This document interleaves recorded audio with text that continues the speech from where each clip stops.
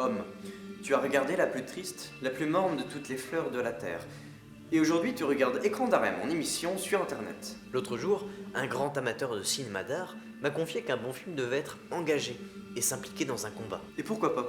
On a souvent dit que l'art devait diffuser un message et s'engager pour une cause à défendre. Résister. Mais pour Gilles Deleuze, philosophe et critique de cinéma, pas besoin d'être engagé, car créer, c'est déjà résister. L'art, ça consiste à libérer la vie que l'homme a emprisonnée. L'homme ne cesse pas d'emprisonner la vie, ne cesse pas de tuer la vie. Libérer la vie des prisons que l'homme... et c'est ça, résister. Mais Deleuze parle surtout de la résistance au temps, ce qui n'est pas la même chose que la résistance aux idées. Il suffit de voir certains artistes pour le comprendre. Pour lutter contre la société phallocratique, j'ai écrit un poème sur du papier toilette avec le sang de mes règles. Ah ouais.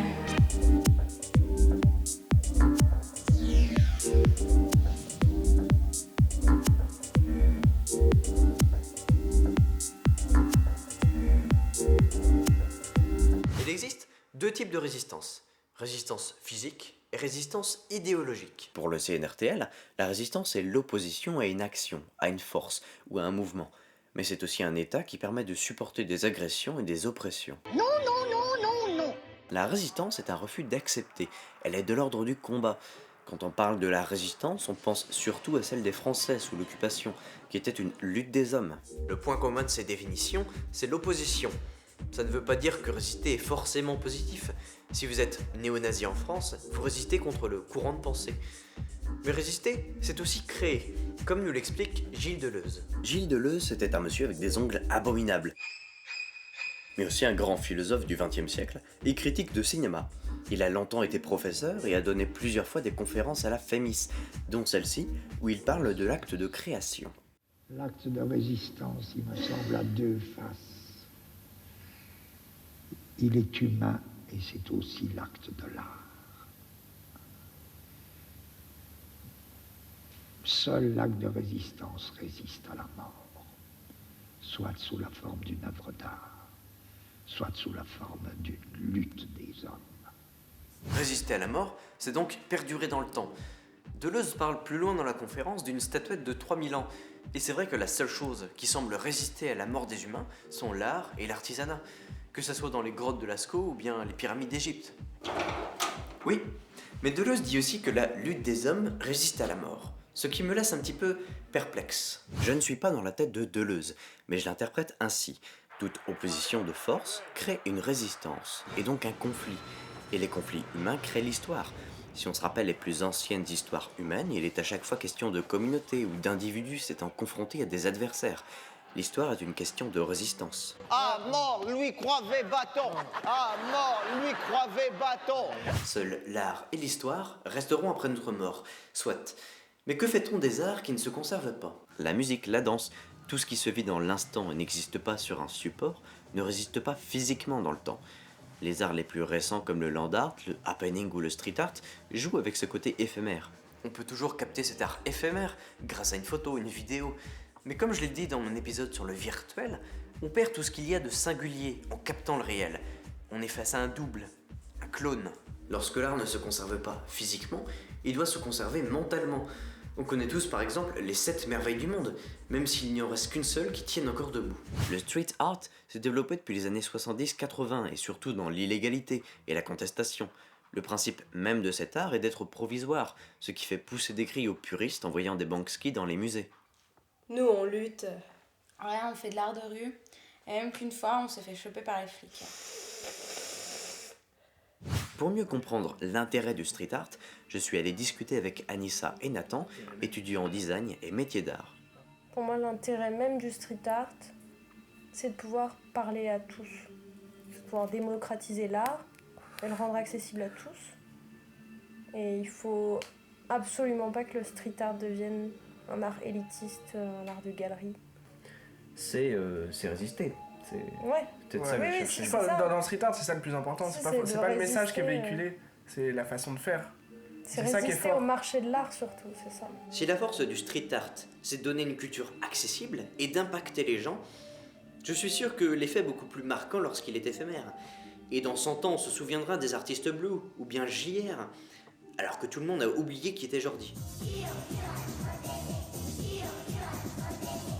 Si l'excuse est valable pour le street art ou bien le land art, on peut se poser la même question pour le numérique. Quand vous avez une photo, une musique ou bien un jeu vidéo dématérialisé, il n'existe que par un courant dans des cellules. Un court-circuit et pouf, plus d'art. C'est intelligent. Autre problème, Internet. L'autre jour, j'ai voulu regarder une vidéo de 10 minutes à perdre et je me suis rendu compte que le compte YouTube avait été supprimé, soit plus de 200 vidéos. C'est vrai que sur Internet, on sait plus trop où se situe le fichier. Il est peut-être à des milliers de kilomètres sur un serveur chinois. Et quand Bat et Gaël décident de clôturer leur compte YouTube, il n'y a plus moyen de voir leurs vidéos. Hey Gaël! À quoi? Viens, on fait un truc genre provocateur! Ah ouais, genre passer un message politique ou bien soutenir Dieudonné ou bien critiquer la police de YouTube. Ah non! C'est trop mainstream!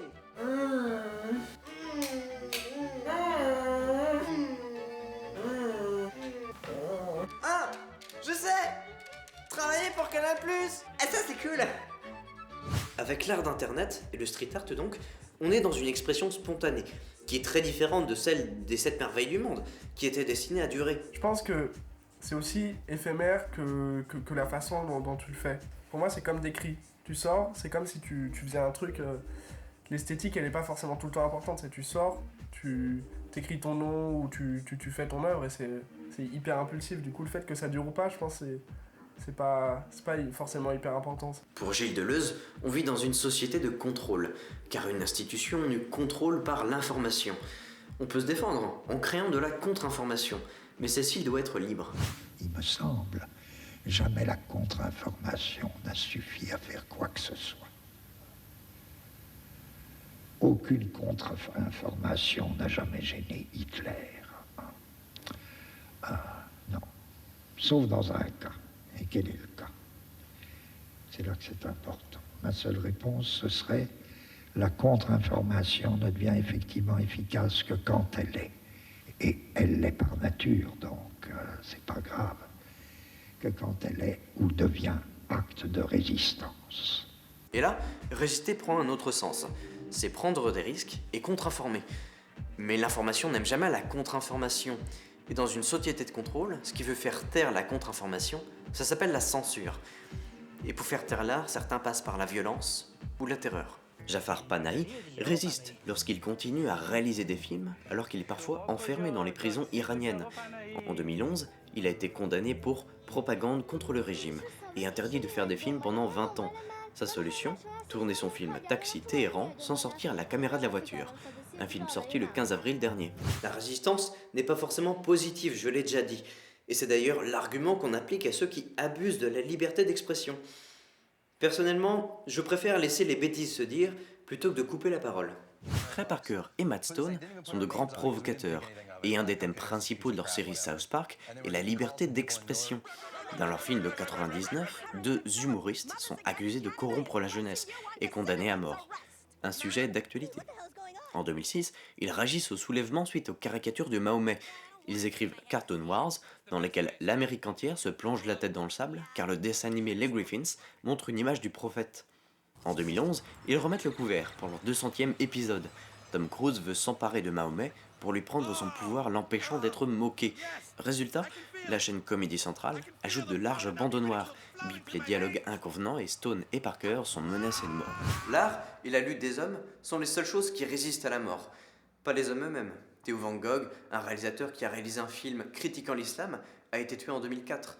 Et 2015 a débuté par une journée très noire. Le 201e épisode de South Park se termine par une petite morale habituelle. La version censurée était couverte d'un bip, mais voici la version originale. You see, I learned something today. Throughout this whole ordeal, we've all wanted to show things that we weren't allowed to show. But it wasn't because of some magic goo. It was because of the magical power of threatening people with violence. That's obviously the only true power. If there's anything we've all learned, it's that terrorizing people works. That's right. Don't you see, Gingers? If you don't want to be made fun of anymore, all you need are guns and bombs to get people to stop. That's right, friends. All you need to do is instill fear and be willing to hurt people, and you can get whatever you want. The only true power is violence. Yeah. Pour Grégory, du film South Park, la résistance est une lutte. Sa lutte défend une liberté et les résistants sont prêts à mourir pour elle. Pour Deleuze, créer, c'est résister. Mais il ne pense pas que l'art puisse transmettre une information. Pour lui, il peut juste contre-informer. Et si résister, c'est prendre des risques, les actualités nous montrent qu'on a encore bien besoin des résistants. J'ai peu parlé d'écran aujourd'hui. C'est peut-être ma manière à moi de me rebeller et de vous inciter à rester incorrect. Pour rien au monde, ils ne voudraient l'enlever. Parce que dans leur tête pousse la fleur sacrée, la sale, maigre petite fleur, la fleur malade, la fleur aigre, la fleur toujours fanée, la fleur personnelle, la pensée. You fight in all our names for what we know is right. And when you all get shot and cannot carry on, though you die, la résistance lives on. You may be stabbed in the head with a dagger or a sword. You may be burned to death or skinned alive or worse. But when they torture you, you will not feel the need to